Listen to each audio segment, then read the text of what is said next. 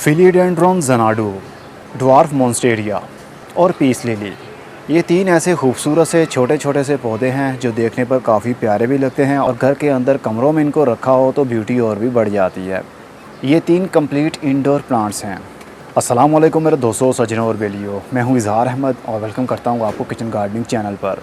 कुछ लोग indoor plants को लेकर बहुत ही क्रेज़ी होते हैं, नए से नई नस्ल, नई से नई स्पीशी अपने पास रखना चाहते हैं वो, लेकिन कभी कभी हमें ऐसे पौधे मिलते ही नहीं और जब मिल जाएं तो कुछ ऐसी नस्लें मिलती हैं जो कंप्लीट इंडोर नहीं होती। लेकिन ये तीनों पौधे कंप्लीट इंडोर पौधे हैं, मतलब कम रोशनी में भी ये सरवाइव करते हैं और इनको फूल भी लग सकते हैं। पहले बात करते हैं फिलिडेंड्रोन ज़नाडू, जिसको सलोम भी बोलते हैं। सलोम या सलूम इनको कहा जाता है। ये ड्वार्फ है, एक बड़े वाला भी होता है जो कि बड़े गमले के अंदर लगा हो और उसके पत्ते का साइज़ भी काफ़ी बड़ा हो जाता है, लेकिन ये है बिल्कुल ड्वार्फ। इनके पत्तों का साइज़ इसी तरह रहेगा जिस तरह अभी आपको ये दिख रहा है। ये कंप्लीट इंडोर प्लांट है और अगर इसको खूबसूरत से सिरेमिक पॉट के अंदर लगाया हो तो ये देखने पर काफ़ी प्यारा भी लग सकता है और इसको कम पानी की ज़रूरत भी है। और इसको अगर कंप्लीट इंडोर आप रखते हैं जहाँ पर नॉर्मली आपकी ट्यूबलाइट की ही रोशनी रहे, वहाँ पर भी अच्छे से ग्रोथ कर सकता है। इसको लिए हुए तकरीबन 6 महीने हो गए। ऐसे पौधे जो इंडोर हो और जल्दी मरते भी ना हो, उनकी प्राइस थोड़ी सी हाई होती है। ये मैंने 550 रुपये का लिया था 6 महीने पहले। इसकी प्रोपोगेशन बहुत ही आसान होती है। ये पप्स भी निकालता है, बच्चे भी निकालता रहेगा ज़मीन के अंदर से, मिट्टी से ही। जिस तरह अभी आपको ये दिख रहा है, ये एक पौधा बन रहा है और सेकंड ये और थर्ड ये वाला भी अपने रूट को नीचे मिट्टी में ले जा रहा है। इससे हम एक पौधे से कितने सारे पौधे बना सकते हैं, लेकिन इसको जैसे जैसे ये पौधा बड़ा होता जाएगा इसको लार्ज स्पेस की ज़रूरत पड़ती जाएगी। इसके अंदर से भी एक पौधा निकल रहा है, ये देखिए ये पत्ता।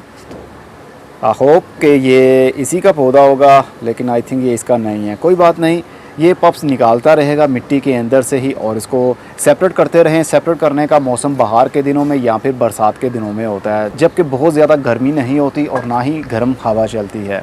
इन तीनों पौधों को कोई खाद ना दे तो ये फिर भी सर्वाइव करते हैं और अच्छे से सर्वाइव करते हैं। और नंबर 2 पर है हमारा ड्वार्फ मोन्स्टेरिया।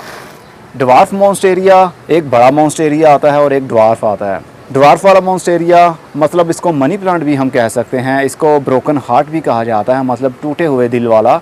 जैसे कि इसके पत्तों की शेप ऐसे है जैसे दिल की शेप होती है, तो इसके अंदर सुराख हैं गोल गोल से, जो कि डिज़ाइन इसका और भी खूबसूरती में इजाफा कर देता है इसके। तो इसको ब्रोकन हार्ट भी कहते हैं। इसके ऊपर मैंने पहले भी वीडियो बनाई थी, लेकिन ये कंप्लीट इंडोर अगर इसको रखा जाए तो यकीन मानिए बहुत खूबसूरती बढ़ती है आपके कमरे की। लो लाइट कंडीशन में भी ये अच्छे से सरवाइव कर जाता है। गर्मी के दिनों में इसको रूफ टॉप के ऊपर रखा हुआ मैंने, तो इसकी बहुत ही बुरी हालत है। मेरे पास 4 से 5 पौधे थे, सभी की हालत तकरीबन ख़राब है सवाए इसके, क्योंकि इसको मैंने पौधों की छाँव में रखा हुआ है ताकि यहाँ पर इसके ऊपर डायरेक्ट धूप ना आ सके। और इसकी ग्रोथ हो रही है और बहुत ही अच्छे अंदाज से बढ़ रही है। इसको बहुत ही कम पानी की ज़रूरत होती है। ये बेल की तरह ग्रोथ करता है जिस तरह मनी प्लांट ग्रोथ करता है। तो इसकी भी कटिंग लगानी हो, ये भी पप्स नीचे से निकालता रहेगा। कटिंग्स लगाते रहें, कितने सारे पौधे आपके पास बन सकते हैं। लेकिन इसकी ग्रोथ काफ़ी स्लो होती है, जल्दी ग्रोथ को बढ़ाता नहीं है। और नंबर 3 पर है हमारा पीस लिली। पीस लिली भी बहुत ही खूबसूरत पौधा है। 2 साल पहले मैंने ये नर्सरी से लिया था और तब मुझे ये मिला था तकरीबन 150 रुपये का या 300 रुपये का, और आज तक ये मेरे पास है। और कई मरतबा तो ये मरता मरता बचा, क्योंकि जब तक पौधा कोई आपके पास आ ना जाए, आपको पता ना चल जाए उसकी नेचर का कि कौन सा माहौल, कितनी ह्यूमिडिटी, कितनी हीट, कितनी ठंडक और कितना पानी उसको चाहिए, पौधे की तबीयत को समझना काफ़ी मुश्किल होता है। तो 2 साल से ये पौधा मेरे पास है और अब मैं इसकी तबीयत को समझ चुका हूँ कि इसको कैसा माहौल पसंद है। इसको लो लाइट अच्छी लगती है, ठंडक वाला एरिया अच्छा लगता है, ह्यूमिडिटी हो तो बहुत ही अच्छा है, जैसे कि बरसात के दिन होते हैं तब गर्म लू नहीं चलती। बहुत ज़्यादा ठंड हो जैसे दिसंबर और जनवरी के महीने में ये स्ट्रेस में रहता है। इसकी ज़्यादा ग्रोथ बढ़ती नहीं है। ग्रोथ इसकी बढ़ेगी ह्यूमिडिटी वाले एरिया में, जैसे कि रेन फॉरेस्ट ट्रॉपिकल एरिया है, 24 घंटे नमी का लेवल बना रहता है, तो ऐसे इलाकों में इसकी ग्रोथ बहुत अच्छे से बढ़ती है और इसको फूल भी लगते हैं। इसके फूलों के लिए कम रोशनी इसको दी जाए तो फूल भी लग जाते हैं। तो 2 साल के बाद मेरे इस पीस लिली के पौधे को फूल लगे, मतलब फ्लावरिंग शुरू हुई।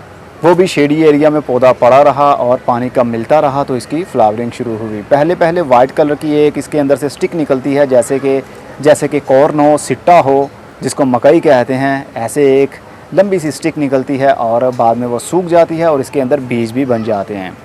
बीज तो हमारे यहाँ एरिया में बहुत ही मुश्किल से बनेंगे क्योंकि यहाँ पर टेम्परेचर स्टेबल नहीं रहता। कभी गर्मी हो जाती है, कभी सर्दी हो जाती है, कभी टेम्परेचर नॉर्मल होता है। तो ऐसी कंडीशन में सीड्स नहीं लगते।